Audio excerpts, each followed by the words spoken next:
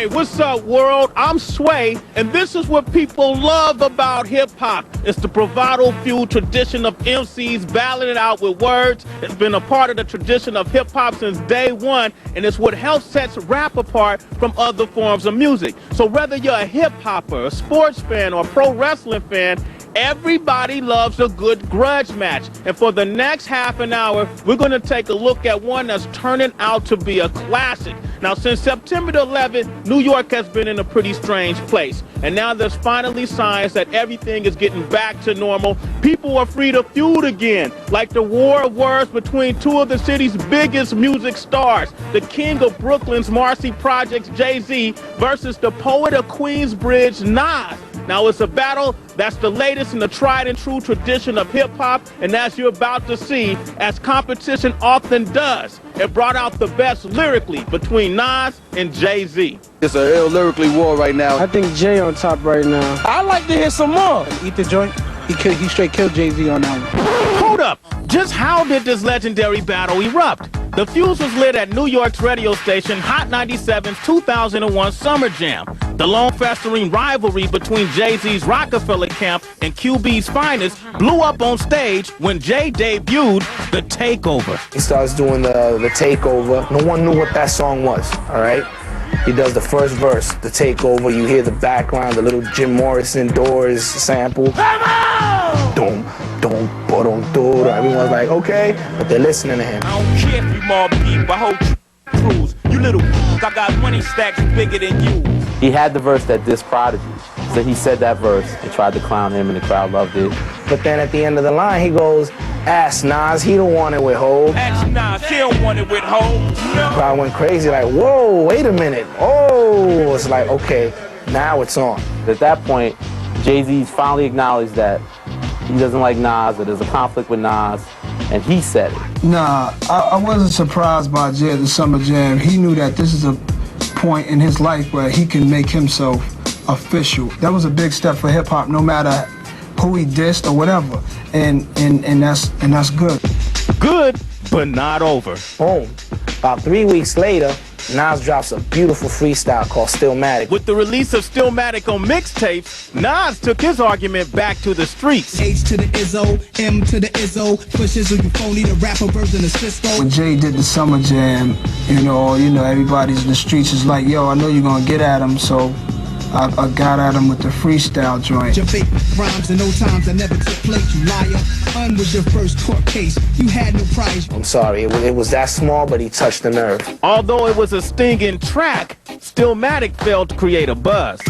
When Takeover was released on Jay's Blueprint album, his new verse responded to Stillmatic and made the opening blow at Summer Jam seem like a tap. Had a spark when you started, but now you're just garbage. Fell from top 10 to not mention at all. He comes at Nas hard from all angles. He comes at it from the perspective of like, from a fan, kind of like, you know, like, your last album was, he broke it down, how Nas fell off. If I was to get at somebody on that level, I gotta make sure I come with my best. Smart enough, Nas. 4 albums in 10 years. I could divide, that's one every, let's say 2. 2 of them was due. One was the other was Illmatic. That's a one hot album every 10-year average, and that's so. I'm not being lazy with it. I'm not playing around with it. I'm gonna do my research and I'm gonna come back with something real serious, you know what I'm saying? And it's gonna be hot.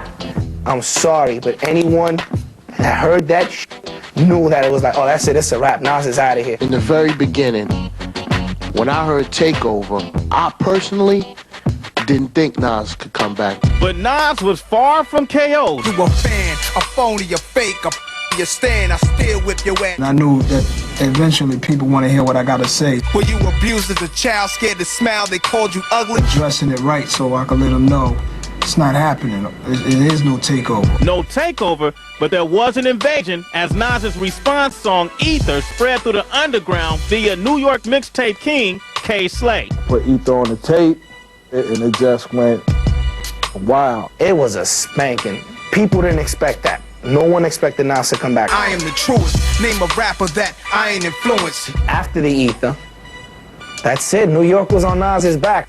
People who were Jay-Z fans on Friday were Nas fans on Saturday. And by December 11, 2001, the battle was blazing. A week before Nas's Stillmatic LP and Jay-Z's Unplugged albums were set for a head-to-head release, the two MCs would be drawn into a battle of the beats on a New York radio show. Hot 97 blazing hip-hop and R&B. Hot 97 has this exclusive Jay-Z song, Super Ugly, that's a response to Ether. Nobody's heard it, hasn't been on any mixtapes. They're gonna play it on the radio for the first time, so it becomes like a big event. Jay-Z's response today at 3 o'clock, tune in, it is on. And the whole city shuts down. If you was in New York at 3 o'clock on that day, you had to tune on the Hot 97. The anticipation is big. A few minutes after 3 o'clock, you know, we hear the response. Damn, I'm only worth over 100 million. Look, I got beef with like 100 children. Unfortunately, it wasn't up to par. Super ugly. Jay-Z said it was just a freestyle. It wasn't an answer to Ether. So the last person in the world I'm gonna underestimate is Jay-Z. You have to feel like the battle really isn't over. It doesn't seem like there's a finale there. This is hip-hop in its purest form. Rap is a competitive sport. That's how we build it. And there's always going to be a battle about who's the greatest. Now, another result from the back and forth between Nas and Jay-Z is that it shook things up a little bit. It added a breath of fresh air to what, for the first part of 2001, had been a fairly flat year for hip-hop. But what that meant is that the battle captured the attention of rap fans and hip-hoppers everywhere. I think this may go down as one of the greatest battles of all time. I know kids come into stores like this, juiced about verses that they've heard battling against who, this guy battled this guy, and they come in fired up because these cats are battling. Two of the greatest rappers battle each other, and people get excited on music like that. It's hot, man. That's what hip-hop need, that, you know what I mean? That's one of the essence of rap. You know, the battle. Joe, we need some fun in this, man. Back in the days, you know what I mean? You had Kane doing it, you know what I mean? You had L doing it. That's how it all started. Different crews battling against each other, and that was kind of like the essence of it. You know, who had the better skills, the better lyrics, you know, who was the best crew. It's amusing, it makes people laugh, it sells records, so it's good in that sense. Martin Luther King said, talk it out. We just making it rap, we just making the lines rhyme. And Nas is very creative, and Jay is creative. But, you know, it all depends on when the battle is won, who's the last man standing. And, you know, right now, everybody's standing. Nas and Jay-Z have had a lot to say in this battle, but are their claims true? Right after this break, we're going to read between the lines and try to figure out who's got the facts right and who doesn't. Welcome back. Glad you're still with us. MTV News Now special report taking a look at Jay-Z and Nas and their battle for lyrical supremacy. Now, as we saw earlier, the war of words between these two rappers really seemed to take off when Jay-Z performed the line from the song Takeover back in June at a New York radio station Summer Jam concert. But the artistic battle traces back to Rockefeller artist Memphis Bleek's debut album. On his first album, Coming of Age, Jay's protege Memphis Bleek released a song featuring a verse from Jigga.